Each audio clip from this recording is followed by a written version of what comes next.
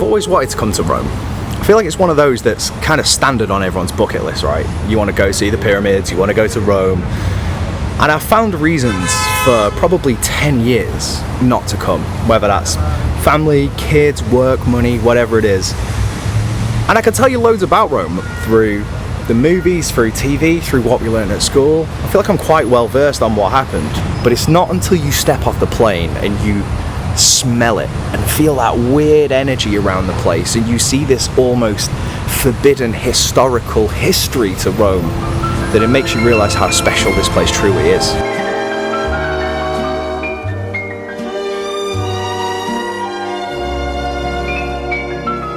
Oh, la belle vie, sans amour, sans souci, sans problème.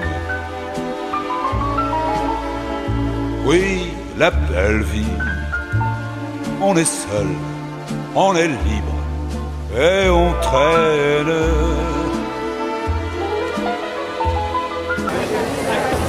There are that many tours going on. There's literally hundreds of things. I've learned so much today. I've not even paid for one. All you need to do is just hang on to the back of someone who's giving a tour. And it's great. You get all the information, you get to see all the sites, you get to learn all the history about it, and you've not paid a penny. Oh, is this the beer?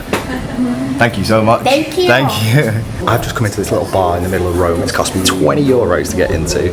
And part of that, you get a beer, you get some crisps, you get some olives, you get some little snacks, which is amazing. But the best part about this bar is when you look out the window. You're 5 stories above the Trevi Fountain. Thousands of years of history, and it's absolutely stunning.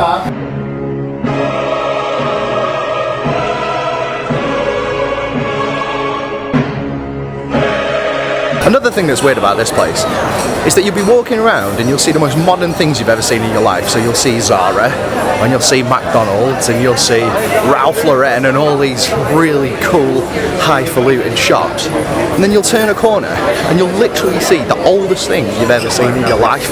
You'll see a building that's like thousands of years old that's basically fallen down right next to a Burger King. It's a proper weird culture shock. And I know people say it's one of those once in a lifetime trips, which if you're from the States, then yeah, totally, I get it. But if you're from the UK, let's break down the numbers. It cost me 44 quid from Manchester Airport to Rome Ciampino. It cost me about 20 quid to get the train from my house to Manchester Airport. It cost me 8 quid to get from the airport to my accommodation. And my accommodation was £180 for 3 nights. So checking out on the 4th day. And the total of that is about 250 quid. Now I do that on a weekend out with the kids. And really, if you can find a few days in your schedule, if you can get a few days off work, you can actually do this trip for relatively little money. It's been 95 degrees all day. It's 3:30 in the afternoon, and it's just started spitting. I don't know what's happened. The clouds have just appeared out of nowhere. And then suddenly, it started raining. Now, the Pantheon, I didn't go in earlier because the queue was massive. And I just thought, I've seen outside it, that's like so grand. But there's a beautiful domed roof there. By the way, I've just turned around a corner, look at this place. Look at it. Unbelievable. So yeah, it's got this domed roof with a hole in the top of it. And when it rains, it creates this mist as the sun shines through it, and it's like this heavenly thing. And so I'm really keen to see that. So can you imagine, we come to Rome, 95 degrees all day, and then suddenly starts leathering it down. It's like the gods are on our side.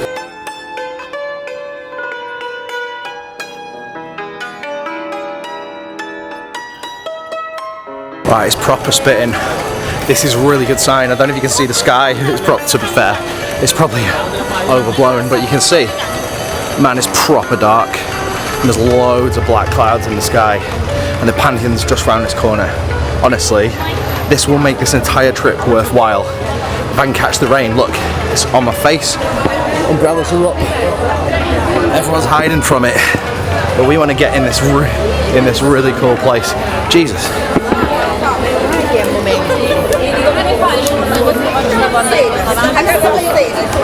If you want to start a business, start an umbrella stand in the middle of Rome. because they're selling them for €15 and bloody everyone's buying them, everyone's having them.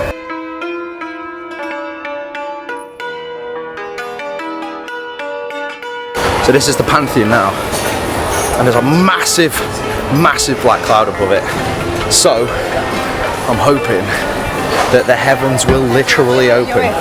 It would be cosmic intervention at this point. I hope the queue's not too long, because I'd love to get inside here when it starts raining. Apparently, someone told me that there's loads of minuscule little pins, like pinholes in the floor, so that when it actually rains, it all drains out, but you can't actually see it. There's like no grids on the floor or anything like that. So, right, here we are, Pantheon. Queue's pretty big. Lots of people here. Maybe they've all had the same idea I have. But yeah, we need to get a ticket. We got so lucky then, but just as we got in, they closed the queue and closed the line, so we managed to get in. I've not felt any more rain because I'm under this, like this insane structure, but oh my god, take a look at this.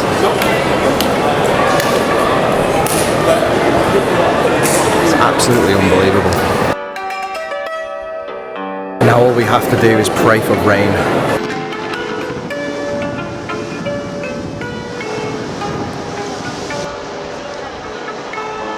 Oh, gutted. Got in there, absolutely stunning, stunning place. But then as soon as I got in there, the sun came out. So we looked at the weather app, me and some people I was with, and it said there was a 25% chance of rain, but the sun was absolutely blistering through that hole at the top of the Pantheon. So we took our chance. I mean, it would have been a once in a lifetime if that came in, but it is what it is.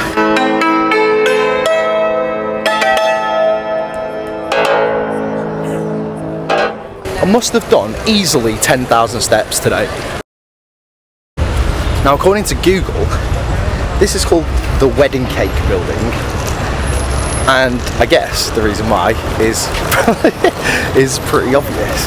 But it does make me wonder, you know all these new build developments that they do in England, where it's all just like little boxes with 4 windows at the front and a front door, and they're all square and they've got no character to it. How is it that literally thousands of years ago, they could build unbelievable architecture like that, and we don't build anything even remotely close these days? I guess it's down to money, and I guess it's down to greed to a certain degree, but it just makes me sad. It feels like the human species hasn't moved forward or evolved with all the technology and the ability of raw materials that we have our hands on now. Why we can't just build shit like that all the time? Why wouldn't you? If you're a fan of history, if you're a fan of culture, if you're a fan of art, this place is an absolute treat for the senses. It's got something for everyone. But secretly, there's only one reason why anyone comes to Rome, and that's the Colosseum. There's something really weird and a really strange feeling and energy around this place. Something really ethereal, something otherworldly, and it's absolutely stunning. And when you stood right under it, I don't think you can understand the scale and the work that must have gone into a project like this.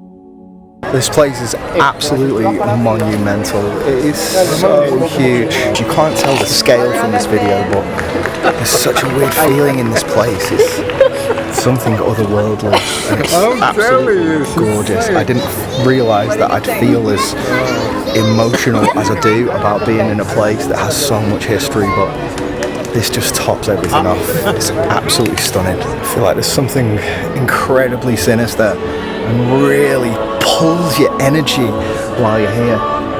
it's amazing to think that all of those years ago, these men would lay down their lives to fight. This is one of those that is absolutely getting ticked off the bucket list. Rome, you have been absolutely incredible. Now that is something I will never forget for the rest of my life. That was absolutely beyond words how incredible that place is. From the outside, it doesn't look that big. And then when you're in it and you're at that ground floor looking up, you can't even begin to imagine how intimidating that must have been for those fighting in that arena all those years ago. And it's funny to think that that was the epitome and that was the height of men's physicality all that time ago, to fight with other men and lions, etc., for your life. And yet there was a woman on the flight on the way over here complaining that she couldn't get Wi-Fi at 30,000 feet. So it kind of puts things into perspective, but I'm so glad that I've ended this day here at the Colosseum in Rome. It was absolutely everything. I'm absolutely starving, so what better way to enjoy Rome than to get a traditional Roman pizza? Honestly, I absolutely inhaled that. That was bigger than like a large Domino's. But to be fair, I've walked that much today and haven't really taken that much food on, so that was absolutely delicious. I saw loads of stuff online about people saying like, watch out for tourist traps, watch out for places that do really crap products and charge you loads of money.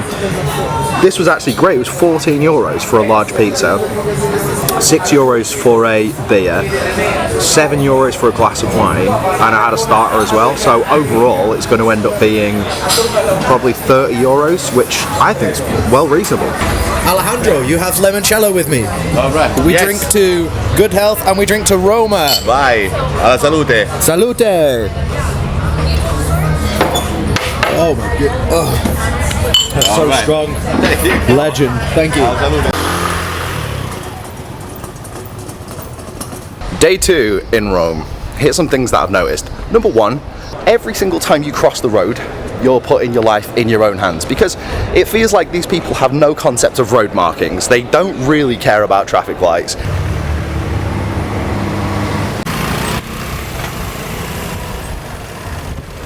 Secondly, controversial, but don't bring your kids. The reason I say that is that if you're 2,000 deep at the Trevi Fountain, and there's loads of people there, it's really close contact, it's really, everyone's brushing up against you all the time. I can't think of anything more stressful than having to watch your kids in that environment.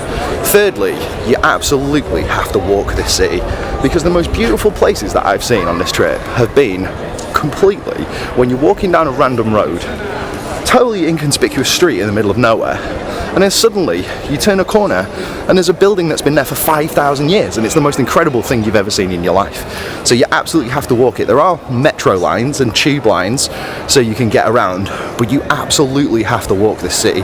It's just stunning. All of it is absolutely incredible. So 2 things that I was hoping to do while I was here. Number 1 is to get a proper pair of Italian loafers.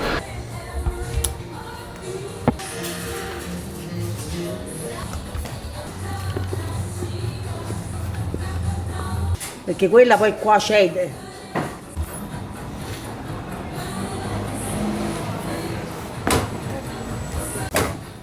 Which I've now completed and checked off the list. And number 2 is to take a cooking class in the heart of Rome to learn how to make pizza and tiramisu.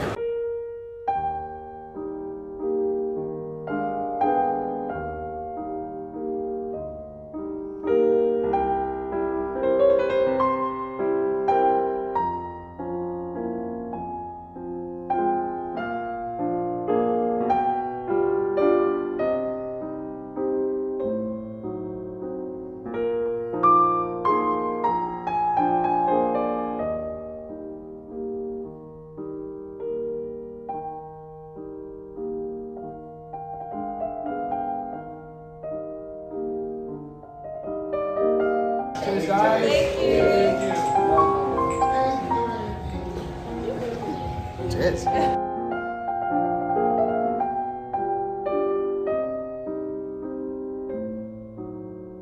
I'm not just saying it because I made it, but that was one of the best pizzas and tiramisus I've ever had. It cost me about €50 to actually go and do the cooking class, and obviously we got the pizza and we got the tiramisu and we got some limoncello and we got wine, so it's actually really good value. And I got to meet this amazing Australian family, Jermaine and family, who were just such brilliant people, really funny, great souls. We sat and had dinner together and it was amazing to connect.